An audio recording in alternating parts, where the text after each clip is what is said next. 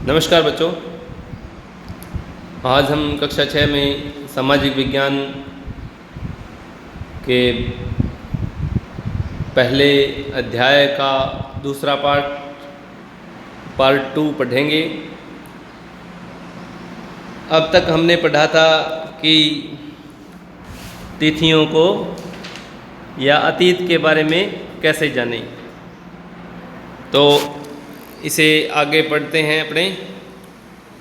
इतने वर्षों में इनमें से कई पांडुलिपियों को कीड़ों ने खा लिया और कुछ नष्ट हो गई थी। फिर भी ऐसी कई पांडुलिपियां आज भी उपलब्ध है।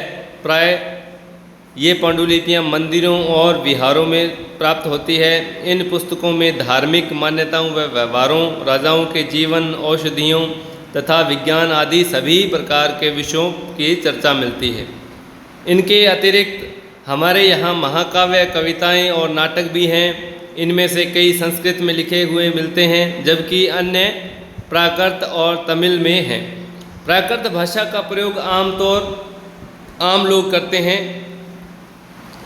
हम अभिलेखों का भी अध्ययन कर सकते हैं। ऐसे लेख पत्थर अथवा धातु जैसी अपेक्षाकृत कठोर सतहों पर उत्कीर्ण किए गए मिलते हैं।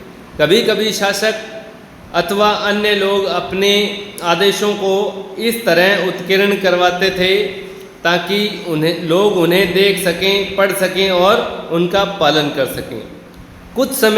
कुछ अन्य प्रकार के अभिलेख भी मिलते हैं जिनमें राजाओं और तथा रानियों सहित अन्य स्त्री पुरुषों ने भी अपने कार्यों का विवरण उत्कीर्ण करवाए हैं। उदाहरण के लिए प्राय शासक लड़ाइयों में अर्जित विजयों का लेखा जोखा रखा करते थे।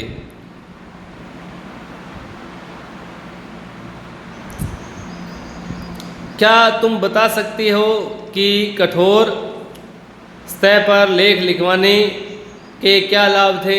ऐसा करवाने में क्या क्या कठिनाइयाँ आती थी?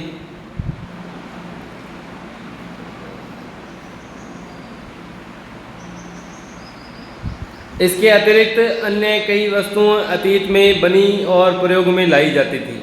ऐसी वस्तुओं का अध्ययन करने वाला व्यक्ति पुरातत्वविद कहलाता था। पुरातत्वविद पत्थर और ईंट से बनी इमारतों के अवशेषों, चित्रों तथा मूर्तियों का अध्ययन करते हैं। वे औजारों, हथियारों, बर्तनों, आभूषणों तथा सिक्कों की प्राप्ति के लिए छानबीन तथा खुदाई भी करते हैं। इनमें से कुछ वस्तुएं पत्थर, पक्की मिट्टी तथा कुछ धातु की बनी होती है। ऐसे तत्व कठोर तथा जल्दी नष्ट न होने वाले होते हैं। पुरातत्वविद जानवरों, चिड़ियों तथा मछलियों की हड्डियां भी ढूंढते हैं। इससे उन्हें यह जानने में मदद मिलती है कि अतीत में लोग क्या खाते थे। वनस्पतियों के अवशेष बहुत मुश्किल से बच पाते हैं। यदि अन्न के दाने अथवा लकड़ी के टुकड़े जल जाते हैं तो वे जले हुए रूप में बचे रहते हैं। क्या पुरातत्वविद को बहुधा कपड़ों के अवशेष मिलते होंगे? पांडुलिपियों, अभिलेखों तथा पुरातत्व से ज्ञात जानकारियों के लिए इतिहासकार प्राय स्रोत शब्द का प्रयोग करते हैं। इतिहासकार उन्हें कहते हैं जो अतीत का अध्ययन करते हैं। स्रोत के प्राप्त होते ही अतीत के बारे में पढ़ना बहुत रोचक हो जाता है, क्योंकि इन स्रोतों की सहायता से हम धीरे धीरे अतीत का पुनर्निर्माण कर जाते हैं। अतः इतिहासकार तथा पुरातत्वविद उन जासूसों की तरह हैं जो इन सभी स्रोतों का प्रयोग सुराग के रूप में कर अतीत को जानने का प्रयास करते हैं। अतीत एक या अनेक। क्या तुमने इस पुस्तक के शीर्षक हमारे अतीत पर ध्यान दिया? यहाँ अतीत शब्द का प्रयोग बहुवचन के रूप में किया गया है। ऐसा इस तथ्य में की ओर ध्यान दिलाने के लिए किया गया कि अलग अलग समूह के लोगों के लिए इस अतीत के अलग अलग मायने थे। उदाहरण के लिए पशुपालकों अथवा कृषकों का जीवन राजाओं तथा रानियों के जीवन से तथा व्यापारियों का जीवन शिल्पकारों के जीवन से बहुत भिन्न था। जैसा कि हम आज भी देखते हैं, उस समय भी देश के अलग अलग हिस्सों में लोग अलग अलग व्यवहारों और रीति रिवाजों का पालन करते थे। उदाहरण के लिए आज अंडमान द्वीप के अधिकांश लोग अपना भोजन मछलियां पकड़कर, शिकार करके तथा फल फूल संग्रह द्वारा प्राप्त करते हैं। इसके विपरीत शहरों में रहने वाले लोग खाद्य आपूर्ति के लिए अन्य व्यक्तियों पर निर्भर करते हैं। इस तरह के भेद अतीत में भी विद्यमान थे। इसके अतिरिक्त एक अन्य तरह का भेद है, उस समय शासक अपनी विजयों का लेखा जोखा रखते थे।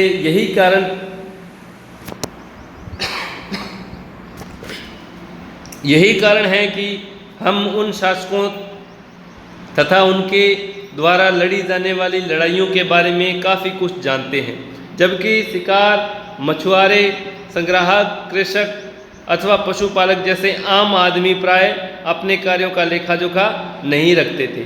पुरातत्व भी की सहायता से हमें उनके जीवन को जानने में मदद मिलती है। हालांकि अभी भी इनके बारे में बहुत कुछ जानना शेष है। तिथियों का मतलब। अगर कोई तुमसे तिथि के विषय में पूछे तो तुम शायद उस दिन की तारीख, माह, वर्ष जैसे कि 2000 या इसी तरह का कोई और वर्ष बताओगे। वर्ष की यह गणना ईसाई धर्म के प्रवर्तक ईसा मसीह के जन्म की तिथि से की जाती है। अतः 2000 वर्ष कहने का तात्पर्य ईसा मसीह के जन्म के 2000 वर्ष के बाद से है। ईसा मसीह के जन्म से पूर्व की सभी तिथियां ईसा पूर्व यानी ईसा से पहले के रूप में जानी जाती है। इस पुस्तक में हम 2000 को अपना आरंभिक बिंदु मानते हुए वर्तमान से ही पूर्व की तिथियों का उल्लेख करते हैं।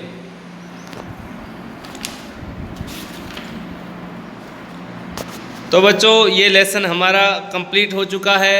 इसके प्रश्न उत्तर हम कल करेंगे। आज के लिए इतना ही। धन्यवाद।